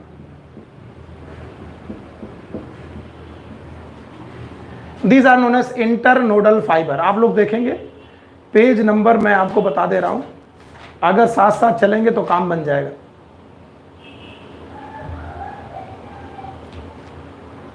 याद रखना SA node, AV node, internodal fibre. इसके बाद यहां पर आपको पास बंडल है टिश्यू के, जिन्हें हम लोग बोलते हैं AV bundle. AV bundle, AV bundle से एक राइट की तरफ ब्रांच गई है और एक लेफ्ट की तरफ ब्रांच गई है, तो it is known as right bundle branch, और इधर है लेफ्ट बंडल ब्रांच। और राइट बंडल ब्रांच और लेफ्ट बंडल ब्रांच फिर इन वेंटिकल्स के ऊपर फैल गई हैं, इन्हें हम लोग बोलते हैं पुरकिंजे फाइबर्स। हो सकता है आपको थोड़ी मुश्किल आई हो, लेकिन अगर ये समझ लिया तो काम बन जाएगा। SA node, AV node, internodal fibres, AV bundle, right bundle branch, left bundle branch और पुरकिंजे फाइबर। अब मैं बता दूं हो क्या रहा है। ऐसे नोड से इंपल्स चल रही है,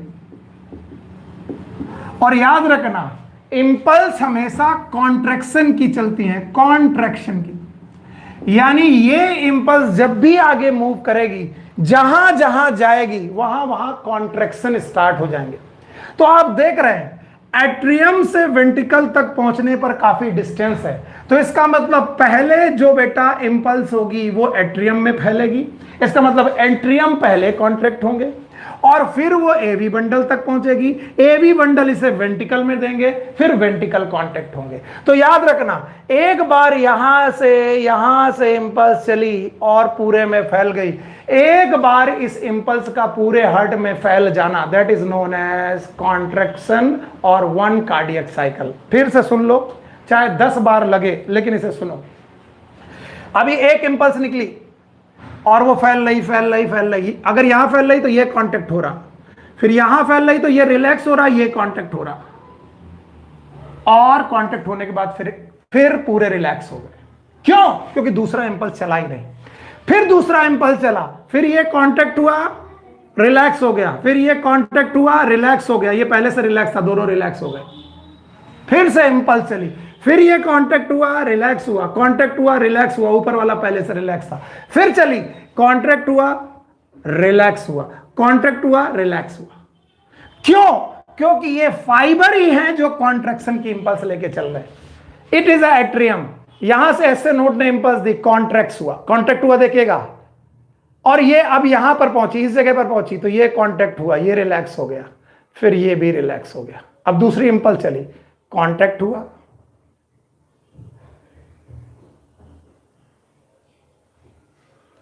सिंपल है। यानी जहां से बेटा कॉन्ट्रैक्शन, रिलैक्सेशन, यानी किसी भी कार्डियक साइकिल में बस दो ही बातें हैं, हार्ट का कॉन्ट्रैक्शन और हार्ट का रिलैक्सेशन है। दो चीजें हैं, एक कॉन्ट्रैक्शन और एक रिलैक्सेशन। कॉन्ट्रैक्शन को इन्होंने नाम दिया है सिस्टोल और रिलैक्सेशन को इन्होंने नाम दिया है डायस्टोल। और अब आपकी बुद्धि है कि आप कितना समझ पाते हो। तो बताओ, एट्रियम कॉन्ट्रैक्ट में गया तो एट्रियल सिस्टोल, एट्रियम रिलैक्स में गया तो एट्रियल डायस्टोल, वेंट्रिकल कॉन्ट्रैक्ट में गया तो वेंट्रिकल सिस्टोल, वेंट्रिकल रिलैक्सेशन में गया तो वेंट्रिकल डायस्टोल, और अगर दोनों के दोनों रिलैक्स हैं तो इट इज ज्वाइंट डायस्टोल। नहीं आया। ऐसे नोड से जो इंपल्स चल रही है, इंपल्स हमेशा कॉन्ट्रैक्शन का मैसेज लाती, याद रखना। जब तक इंपल्स रहेगी तब तक कॉन्ट्रैक्शन रहेगा, इंपल्स खत्म, कॉन्ट्रैक्शन बंद। एक बार इंपल्स यहां से चली, ये कॉन्टैक्ट हुआ, फिर ये जब यहां से इंपल्स निकल गई और यहां पहुंची तो ये रिलैक्स हो गया, फिर ये कांटेक्ट होने लगा, और जब ये कांटेक्ट होने लगा तो जब यहां से भी इंपल्स पहुंच गई, ये भी रिलैक्स हो गया, तब तक ये रिलैक्स पहले से था, फिर से एक इंपल्स आ गई। ऐसा माना जाता है ऐसे नोड 1 मिनट में, लगभग 1 मिनट में 72 इंपल्स डालता है, 72 इंपल्स डालता है। इसी 72 इंपल्स को हम लोग हार्ट रेट बोलते हैं। इसका मतलब 72 बार contract relax, contract relax, contract relax, contract relax चल रहा है। और contraction is known as systole और relaxation is known as diastole. याद रखना, सिस्टोल 2 जगह होगा, एक एट्रियम सिस्टोल, इसके अलावा वेंट्रिकुलर सिस्टोल। डायस्टोल भी 2 जगह पर होगा, एट्रियल डायस्टोल और वेंट्रिकुलर डायस्टोल।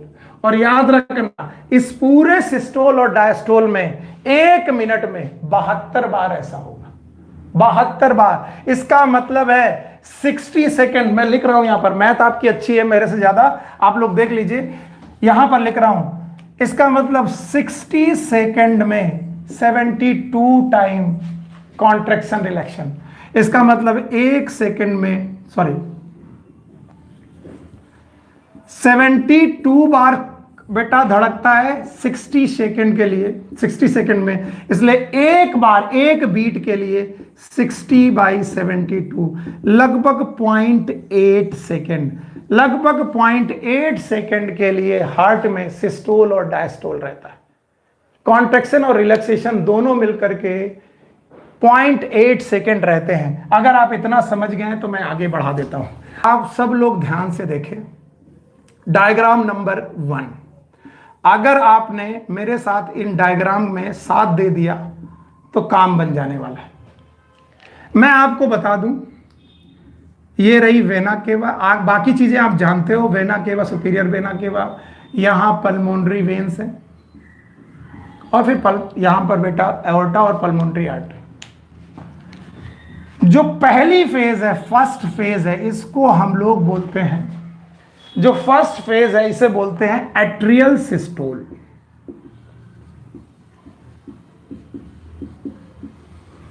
इसलिए जो मैं बताता चल रहा हूं उसको मानना पड़ेगा। जिस समय एट्रियल सिस्टोल हो रहा है उस समय पर एसए नोड ने इंपल्स दी है और ये इंपल्स एट्रियम में जा रही है, और एट्रियम में जाने की वजह से एट्रियम कांटेक्ट हो रहा है। एट्रियम कांटेक्ट होने की वजह से याद रखना, यहां पर पहले से ही ये बाइकस्पिड और ट्राइकस्पिड वाल्व खुले हुए, इसलिए ब्लड एट्रियम से वेंट्रिकल की तरफ जा रहा है। एट्रियम से वेंट्रिकल की तरफ ब्लड जा रहा है, ये आपको मानना पड़ेगा।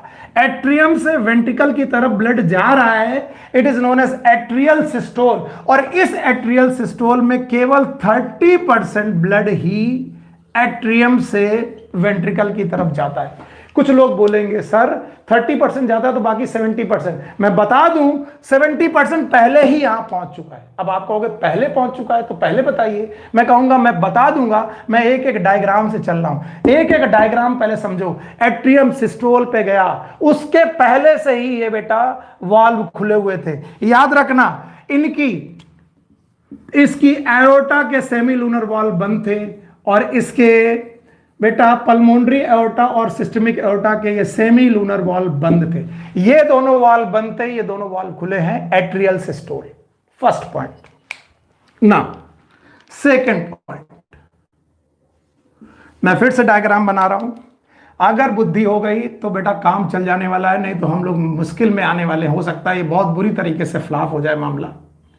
अगर फ्लॉप हुआ तो बहुत माफ कर दीजिएगा, मैं एक कोशिश कर रहा हूं। याद रखना, जैसे ही यहां पर ब्लड आने लगा, अभी आप तक आपको मालूम है ये सेमीलूनर वाल्व बंद थे, ये सेमीलूनर वाल्व बंद थे, ये खुले हुए थे और ब्लड आ रहा था। ब्लड आने की वजह से यहां पर ब्लड भरता जा रहा था, और ब्लड भरता जा रहा था तो यहां वॉल्यूम बढ़ता जा रहा था। वॉल्यूम बढ़ता जा रहा था तो बैक फ्लो के चांसेस हो रहे थे, बैक फ्लो के चांसेस हो सकते थे। और बैक फ्लो को रोकने के लिए यहां पर बाइकस्पिड और ट्राइकस्पिड वाल्व बंद हो गए, और बाइकस्पिड और ट्राइकस्पिड वाल्व के इस बंद होने को ही बोला गया लब।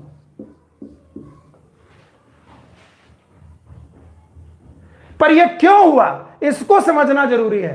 पहले जो ब्लड था वो अंदर आया वेंट्रिकल पे ब्लड भरने लगा, भरता हुआ ब्लड बैक फ्लो ना हो जाए इसलिए वाल्व झटके से बंद हुए, आया लब। और जो ये लब हुआ, इस समय पर ये वाल्व भी बंद है, ये वाल्व भी बंद है। इसका मतलब वॉल्यूम ऑफ वेंट्रिकल बदल नहीं रहा है। ये वाल्व बंद, ये वाल्व बंद, ये वाल्व बंद, ये वाल्व बंद। इसका मतलब सारा चैम्बर बंद है। ऐसे सारे चैम्बर बंद होने पर हम लोग इस स्टेज को बोलते हैं आइसोमेट्रिक और आइसोवॉल्यूमेट्रिक और वॉल्यूमेट्रिक कॉन्ट्रैक्शन। और इस आइसोवॉल्यूमेट्रिक कॉन्ट्रैक्शन के दौरान लब साउंड पैदा होती, लब। अब क्या हुआ होगा, एसए नोड से एवी नोड तक चीजें पहुंच गई, एवी नोड तक चीजें पहुंच गई। अब एवी नोड इस मैसेज को बेटा बंडल ऑफ हिस और पुरकिंजे फाइबर तक पहुंचाने लगा। अगर पुरकिंजे फाइबर तक पहुंचाने लगा तो अब वेंट्रिकल कॉन्ट्रैक्ट होंगे, वेंट्रिकल कॉन्ट्रैक्ट होंगे। तो थर्ड डायग्राम ध्यान से देखिए। थर्ड डायग्राम जो जो आपको समझ में आता जाए वो बताते जाइएगा। यस, ये वाल्व बंद है, ये वाल्व भी बंद है, यहां से कोई लेना देना नहीं है। एट्रियम डायस्टोल पे जा चुका है, एट्रियम डायस्टोल पे जा चुका है। ये डायस्टोल पे है क्योंकि सिस्टोल के बाद ये डायस्टोल में जा चुका है। अब याद रखना, कॉन्ट्रैक्शन की वजह से सेमी लूनर वाल्व ओपन हो गए, और सेमी लूनर वाल्व ओपन होते ही, जैसे ही सेमी लूनर वाल्व ओपन हो गए, वैसे ही बेटा ब्लड बाहर की तरफ भागा, और जैसे ही बाहर की तरफ भागा, ये तीसरी स्टेज आई। इस स्टेज का नाम है इजेक्शन फेज, या फिर इसी को तुम वेंट्रिकुलर सिस्टोल बोल सकते हो।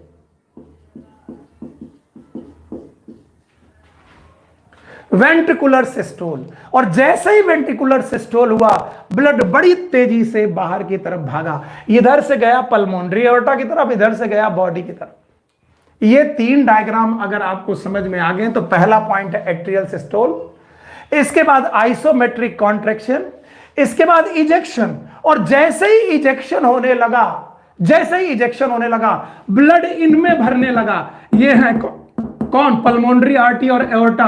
पल्मोनरी आर्टरी और एओर्टा में ब्लड भरने लगा तो यहां पर ब्लड का कंजेशन होने लगा, ब्लड बैक फ्लो होने के चांसेस हुए। और उस बैक फ्लो को रोकने के लिए, ध्यान से देखिए,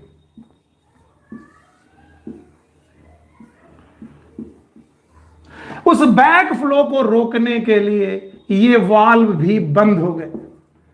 और जैसे ही ये वाल्व बंद हो गए, वैसे ही बेटा, पहले से ये वाल्व बंद थे, याद करिए, ये वाल्व तो शुरुआत से ही बंद है। देखिए, यहां खुले थे, खुलने के बाद यहां बंद हो गए, यहां बंद रहे, यहां पर भी ये वाल्व बंद रहे।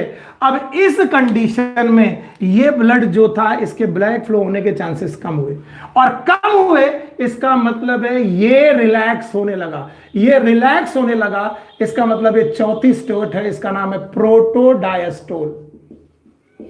It is known as protodiastole. और प्रोटोडायस्टोल के दौरान बड़े झटके के साथ सेमीलूनर वाल्व बंद हुए और यहां पर साउंड हुई डब, लब डब, लब डब, लब डब, ये साउंड हुई। तो isometric contraction, sorry, atrial systole की तरफ ब्लड अंदर गया। अभी ब्लड अंदर गया और बैक फ्लो रोकने के लिए ये एट्रियोवेंट्रिकुलर वाल्व बंद हुए। एट्रियोवेंट्रिकुलर वाल्व बंद हुए, आइसोमेट्रिक कॉन्ट्रैक्शन होने लगा। आइसोमेट्रिक कॉन्ट्रैक्शन बढ़ने की वजह से, जैसे जैसे कॉन्ट्रैक्शन बढ़ने लगा, वैसे ये सेमीलूनर वाल्व खुले। सेमीलूनर वाल्व खुलने की वजह से इजेक्शन हुआ। इजेक्शन में ब्लड जैसे बाहर जाने लगा, जब कहीं बैक फ्लो ना हो जाए, सेमीलूनर वाल्व बंद हुए, इसे बोला गया प्रोटोडायस्टोल। अब बताइए, एट्रियम किसमें है? डायस्टोल में। वेंट्रिकल किसमें भी जाने लगा? डायस्टोल में। और इसके बाद फेज नंबर 5 आई। फेज नंबर 5, ये जो प्रोटोडायस्टोल है, प्रोटोडायस्टोल के बाद आई फेज नंबर 5। और इस फेज नंबर 5 में सेमीलूनर वाल्व बंद है, सेमीलूनर वाल्व बंद है, एट्रियोवेंट्रिकुलर वाल्व बंद है, और ब्लड कहीं आ जा नहीं रहा है, और केवल यहां पर ब्लड आ नहीं जा रहा। एट्रियम की बात नहीं कर रहे हैं, सेमीलूनर वाल्व बंद कर रहे हैं, ये भी रिलैक्सेशन में जा रहा है, ये भी रिलैक्सेशन में जा रहा है, दोनों रिलैक्सेशन में जा रहा है, और वॉल्यूम नहीं बदल रहा। इसकी बाद ये आया फेज नंबर 4, तो ये आया phase number 5। It is known as isometric relaxation. और इस आइसोमेट्रिक रिलैक्सेशन के दौरान ही आया ज्वाइंट डायस्टोल। ज्वाइंट डायस्टोल का मतलब है दोनों डायस्टोल में चले गए, और दोनों डायस्टोल में गए तो इसे बोला गया डायस्टेसिस। याद रखना, जब ज्वाइंट डायस्टोल चल रहा था, ये रिलैक्स थे, ये भी रिलैक्स थे, लेकिन इस रिलैक्सेशन का फायदा उठाकर वेना केवा यहां पर ब्लड डाल रही थी, पल्मोनरी आर्टरी भी यहां पर ब्लड डाल रही थी। इसका मतलब ज्वाइंट डायस्टोल के दौरान, बहुत ध्यान सुनो, ज्वाइंट डायस्टोल के दौरान यहां से ब्लड निकलना बंद हो गया है, लेकिन यहां भरना चालू हो गया है। और अगर यहां भरना चालू हो गया है तो एट्रियम में ब्लड भर रहा है और एच रो जी बढ़ रहा है। एच रो जी का मतलब आप समझते ही होंगे, इट इज हाइड्रोस्टैटिक प्रेशर। और ये प्रेशर सेमीलूनर वाल पे लग रहा, लेकिन अभी एट्रियम कांटेक्ट पे नहीं गया। याद रखना, इसके बाद आएगी फेज 6, और फेज 6 बड़ी ही जानदार फेज है। याद रखिएगा, इस फेज 6 में होगा क्या, वो जो ब्लड भर रहा था, वो जो ब्लड भर रहा था वो बहुत ज्यादा भर चुका है, और बहुत ज्यादा भरने की वजह से यहां पर एट्रियोवेंट्रिकुलर वाल्व ओपन हो जाएंगे। और अगर एट्रियोवेंट्रिकुलर वाल्व ओपन हो जाएंगे तो ब्लड प्रेशर की वजह से इन वाल्व को ओपन करेगा। याद रखना, कॉन्ट्रैक्शन की वजह से नहीं, एट्रियम अभी कॉन्ट्रैक्ट नहीं हुआ और बड़ी तेजी से फिलिंग चालू होगी। It is known as rapid filling. Rapid filling के दौरान ध्यान सुनना, ये भी डायस्टोल में है, ये भी डायस्टोल में। रैपिड फिलिंग के बाद स्लो फिलिंग भी आएगी। इसी दौरान रैपिड फिलिंग और स्लो फिलिंग के दौरान 70% ब्लड एट्रियम का वेंट्रिकल में आ जाएगा। अब बचा है 30% ब्लड। वो 30% ब्लड एट्रियम सिस्टोल करके अंदर डाल देगा। नहीं आया, ये रहा 70% ब्लड एट्रियम का, कॉन्ट्रैक्शन की वजह से नहीं आया। भरना हुआ ब्लड यहां की तरफ गया और इस ब्लड को यहां पर पहुंचाया। अब तक सेमी लूनर वॉल्व बंद है, सेमी लूनर वॉल्व बंद है। अब आप देखिए, एट्रियम का इतना ब्लड भर चुका है कि उसने एचरोजी लगाया, प्रेशर लगाया और प्रेशर की वजह से वाल्व ओपन हो गए। और वाल्व जैसे ओपन हुए, ब्लड भट से नीचे अंदर आया और जैसे ब्लड अंदर आया, रैपिड फिलिंग और स्लो फिलिंग होने लगी। 70% ब्लड एट्रियम का वेंट्रिकल पे आ गया, बचा 30%। 30% ब्लड फिर से सिस्टोल शुरू हुई, यहां पर आ गया। सिस्टोल के बाद आगे चला सीधे, it is atrial systole, isometric contraction, ejection, protodiastole, isometric relaxation, rapid filling. करके देखिए, दोनों रिलैक्सेशन पे हैं। नाउ ये वाली स्टेज कॉन्ट्रैक्शन, ये स्टेज ओके। कॉन्ट्रैक्शन के बाद ये वाली फेज रिलैक्सेशन, लेकिन ये कॉन्ट्रैक्शन पे जा रहा, अभी गया नहीं। इसके बाद कॉन्ट्रैक्शन, तो ब्लड इजेक्ट हो गया, जैसे कॉन्ट्रैक्शन हो गया, इसके बाद रिलैक्सेशन, इसके बाद रिलैक्सेशन के बाद जॉइंट, अभी भी रिलैक्सेशन, लेकिन ब्लड फिलिंग हो रही। और इसके बाद ब्लड फिलिंग हो गई अभी भी दोनों जॉइंट डायस्टोल में। ये भी डायस्टोल में, ये भी डायस्टोल में, ये भी डायस्टोल में, सब डायस्टोल की कंडीशंस हैं। लेकिन यहां पर डब साउंड हुई सेमिलुनर वाल्व बंद होने के लिए, यहां पर एट्रियम भरने लगे और यहां पर एट्रियम का ब्लड यहां आने लगा। देखिए, सिस्टोल, सिस्टोल एट्रियम का, डायस्टोल, सिस्टोल, डायस्टोल, दोनों डायस्टोल, दोनों डायस्टोल, सिस्टोल, डायस्टोल, डायस्टोल, दोनों डायस्टोल, दोनों diastole, systole, diastole, diastole, systole, diastole, diastole, diastole, like that. लब, और जो ये साउंड है, पहली साउंड है लब, दूसरी है साउंड डब। लब साउंड जो होगी वो आइसोमेट्रिक कॉन्ट्रैक्शन की, एट्रियोवेंट्रिकुलर वॉल्व की वजह से होगी, और जो डब साउंड होगी वो सेमिलुनर वॉल्व के कॉन्ट्रैक्शन की वजह से होगी। Thank you very much. आज हम लोगों ने इन 3 चैप्टर को लेने की कोशिश की, ऑल्दो ईसीजी छूट गया, मैं उसको अगली क्लास में करूंगा, उसके बाद बचे हुए टॉपिक करूंगा। Take care, good luck, bye bye.